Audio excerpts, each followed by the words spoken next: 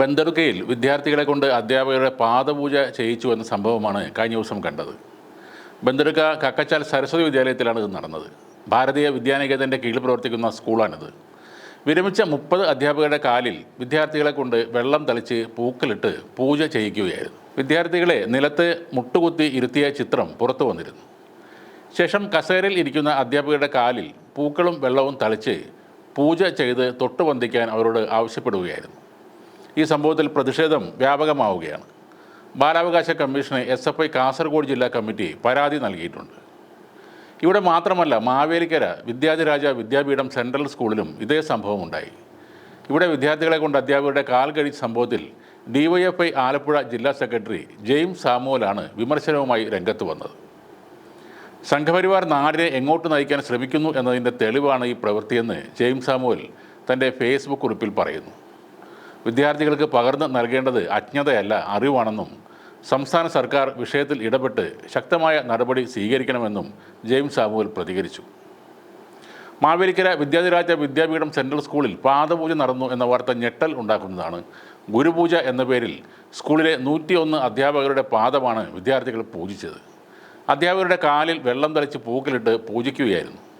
ശാസ്ത്രരംഗത്ത് വലിയ നേട്ടങ്ങൾ കൈവരിച്ച നമ്മുടെ സംസ്ഥാനത്ത് ഇത്തരത്തിലൊരു സംഭവം ഉണ്ടായത് തന്നെ സംഘപരിവാർ നമ്മുടെ നാടിനെ എങ്ങോട്ട് നയിക്കാൻ ശ്രമിക്കുന്നു എന്നതിൻ്റെ തെളിവാണ്. പുരോഗമന കാഴ്ചപ്പാടുകൾ ഉയർത്തിപ്പിടിക്കുന്ന കേരളത്തിൻ്റെ വിദ്യാഭ്യാസ രംഗത്താണ് ഇത്തരം സംഭവങ്ങൾ ഉണ്ടാകുന്നത്. ഈ വിഷയത്തിൽ സംസ്ഥാന ഗവൺമെൻറ് ഇടപെട്ട് ശക്തമായ നടപടികൾ സ്വീകരിക്കണം. നാടിനെ പിന്നോട്ട് നയിക്കുന്ന ഇത്തരം സംഭവങ്ങൾക്കെതിരായി ശക്തമായ പ്രതിഷേധങ്ങൾ DYFI സംഘടിപ്പിക്കുമെന്നും പോസ്റ്റിൽ പറയുന്നു. ഈ അധ്യാപകരെ പൂജിക്കേണ്ട ഒരു ആവശ്യവുമില്ല, ബഹുമാനം ഒക്കെ വേണം എന്നത് ശരിയാണ്.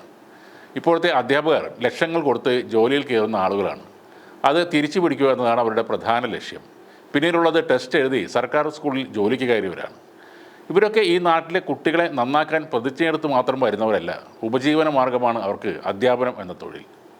അധ്യാപകരുടെ ജോലിയെ കുറ്റം പറയുന്നതല്ല, എല്ലാ തൊഴിലിനും അതിൻ്റേതായ മാന്യതയുണ്ട്. അതിൽ അധ്യാപകർക്ക് ഒരു പ്രത്യേക ആദരവും പൂജയും ഒന്നും കൊടുക്കേണ്ട കാര്യമില്ല. മാതൃകാപരമായ സേവനം നടത്തുന്ന അധ്യാപകരും നമ്മുടെ രാജ്യത്തുണ്ട്. അവർക്ക് സർക്കാരുകൾ മാതൃക അധ്യാപകർക്കുള്ള അവാർഡുകളും കൊടുക്കാറുണ്ട്, ആദരിക്കാറുണ്ട്. ഇത്തരം കാലുകഴുകി പൂവിട്ട് പൂജിക്കുന്ന ആചാരങ്ങളൊന്നും ചെയ്യേണ്ട കാര്യമില്ല. അത് അധ്യാപകരെ ആദരിക്കലല്ല, വിദ്യാർത്ഥികളെ അപമാനിക്കലാണ്. ഇനി പൂജ ചെയ്യാൻ മുട്ടി നിൽക്കുന്ന വിദ്യാർത്ഥികളുണ്ടെങ്കിൽ അവർക്ക് അധ്യാപകരുടെ വീട്ടിൽ പോയി ഈ ചടങ്ങൊക്കെ ചെയ്യാവുന്നതാണ്. ഗുരുപൂർണിമ ഗുരുവിൻ്റെ വീട്ടിലും ആഘോഷിക്കാം.